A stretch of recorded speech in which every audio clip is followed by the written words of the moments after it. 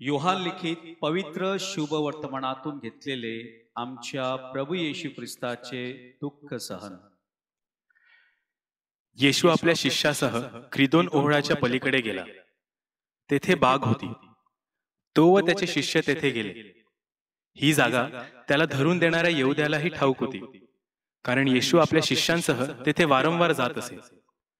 तेव्हा सैनिकांची तुकडी व मुख्य याजक आणि परुषी ह्यांच्याकडचे कामदार मिळाल्यावर यहुदा दिवे, मशाली व शस्त्र घेऊन तेथे आला.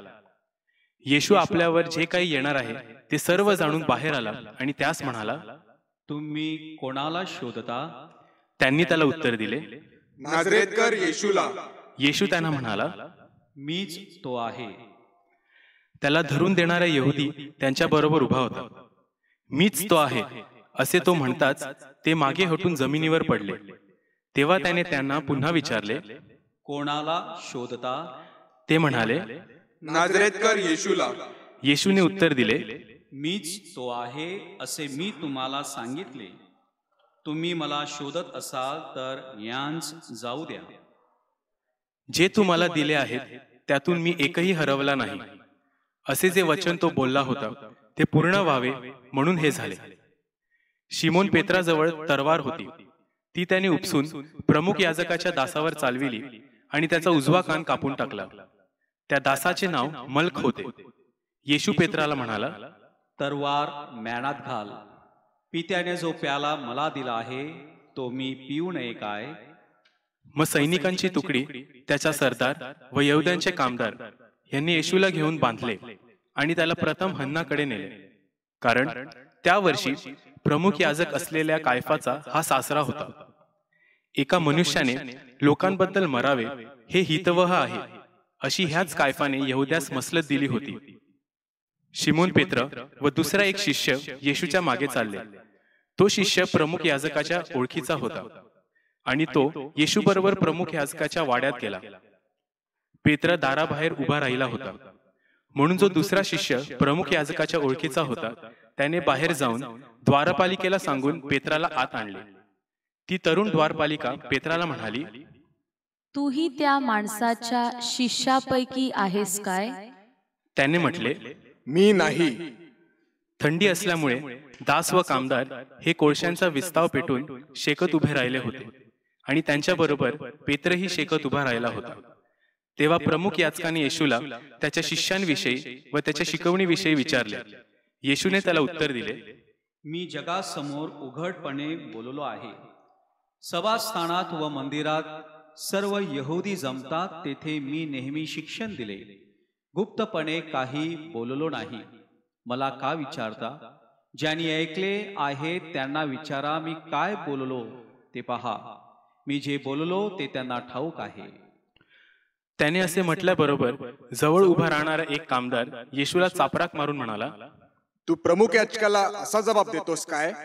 येशूने त्याला उत्तर दिले, मी वाईट रीतीने बोललो असलो तर कसे वाईट बोललो ते सिद्ध कर. योग्य रीतीने बोललो असलो तर मला का मारतोस? तेव्हा हन्नाने त्याला प्रमुख याजक कायफा ह्याच्याकडे बांधलेलेच पाठवले. शिमोन पेत्र शेकत उभा राहिला होता. त्याला ते म्हणाले, तूही त्याच्या शिष्यातला आहेस काय? तो नाकारून बोलला, मी नाही. ज्याचा कान पेत्राने कापून टाकला होता त्याचा एक नातलग प्रमुख याजकाच्या दासापैकी होता. तो त्याला म्हणाला, मी तुला त्याच्याबरोबर बागेत नाही का पाहिले? पेत्राने पुन्हा नाकारले आणि लागलाच कोंबडा आरावला. नंतर त्यांनी येशूला कायफाकडून सरकारवाड्यात नेले. तेव्हा सकाळ होती. आपणास विटाळ होऊ नये, वल्लांडणाचे भोजन करता यावे म्हणून ते स्वतः सरकारवाड्यात गेले नाहीत. ह्यास्तव पिलात त्यांच्याकडे बाहेर येऊन त्यांना म्हणाला, तुम्ही या माणसावर का आरोप ठेवता? त्यांनी त्याला उत्तर दिले, तो दुष्कर्मी नसता तर आम्ही त्याला आपल्या स्वाधीन केले नसते. पिलाताने त्यांना म्हटले, त्याला नेऊन तुम्हीच आपल्या नियमशास्त्राप्रमाणे त्याचा न्याय करा.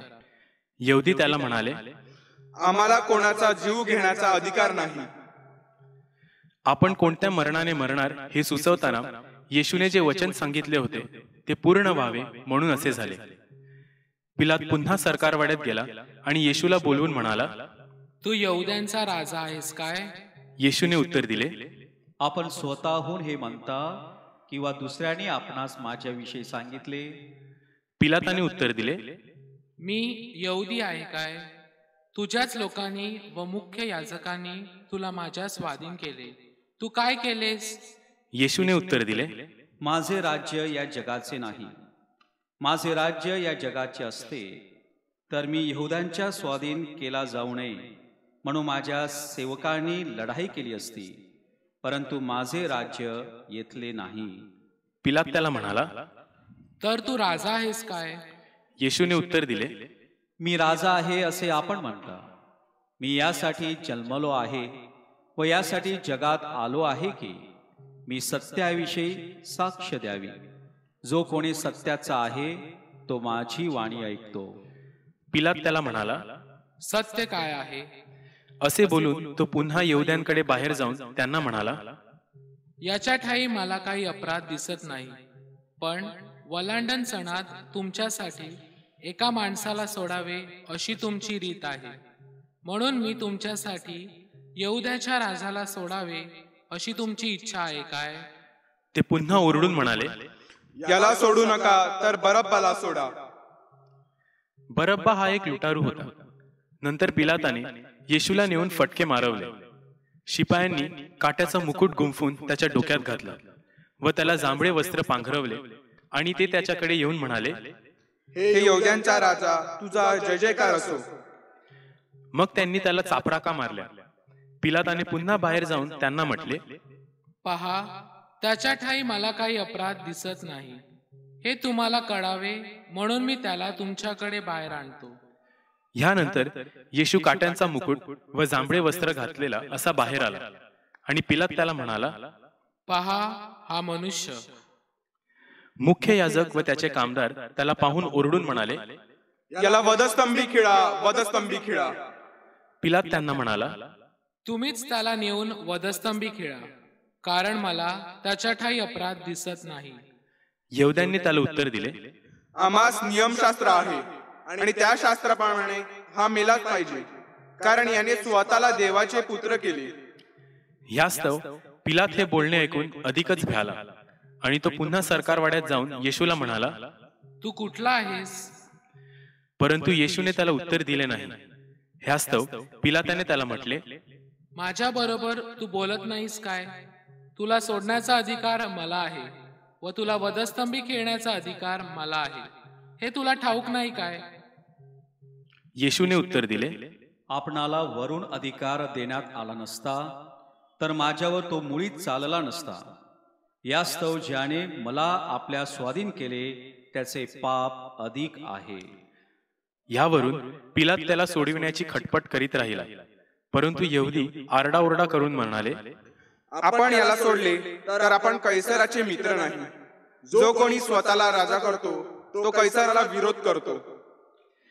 हे शब्द ऐकून पिलाताने येशूला बाहेर आणले आणि तो फरसबंदी नावाच्या जागी न्यायासनावर बसला.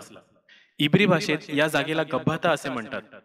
तेव्हा वल्लांडणाच्या तयारीचा दिवस असून सुमारे 6वा तास होता. तेव्हा त्याने यहुद्यांस म्हटले, पहा, तुमचा राजा. ते ओरडले, त्याची वाट लावा, त्याची वाट लावा, त्याला वधस्तंभी खिळा. पिलात त्यांना म्हणाला, मी तुमच्या राजाला वधस्तंभी खिळावे काय? मुख्य याजकांनी उत्तर दिले, कैसर वाचून आम्हाला कोणी राजा नाही. मग त्याने त्याला वधस्तंभावर खिळण्याकरिता त्यांच्या स्वाधीन केले. त्यांनी येशूला आपल्या ताब्यात घेतले आणि तो आपला वधस्तंभ स्वतः वाहत कवटीचे स्थान म्हटलेल्या जागी गेला. त्या जागेला इब्री भाषेत गुलगुता असे म्हणतात. तेथे त्यांनी त्याला व त्याच्याबरोबर दुसऱ्या दोघांना, एकाला एके बाजूस व दुसऱ्याला दुसऱ्या बाजूस आणि येशूला मध्ये असे खिळले. पिलाताने पाटी लिहून वधस्तंभावर लाविली. तिच्यावर यहुद्यांचा राजा नाझरेतकर येशू असे लिहिलेले होते. येशूला वधस्तंभी खिळलेले स्थळ नगराच्या जवळ होते, म्हणून पुष्कळ यहुद्यांनी ती पाटी वाचली. ती हिब्री, रोमी आणि हेल्लेनी या भाषेत लिहिली होती.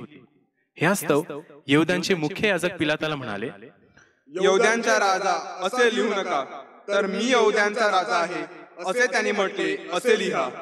पिलाताने उत्तर दिले, मी जे लिहिले ते लिहिले. शिपायांनी येशूला वधस्तंभी खिळल्यानंतर त्याचे कपडे घेतले आणि एक एक शिपायाला एक एक वाटा असे 4 वाटे केले. त्यांनी अंगरखाही घेतला. त्या अंगरख्याला शिवण नसून तो वरपासून खालपर्यंत संबंध विणलेला होता. ह्यास्तव ते एकमेकास म्हटले, हा आपण पाडू नये, तर कोणाला मिळेल हे चिठ्ठ्या टाकून पाहावे.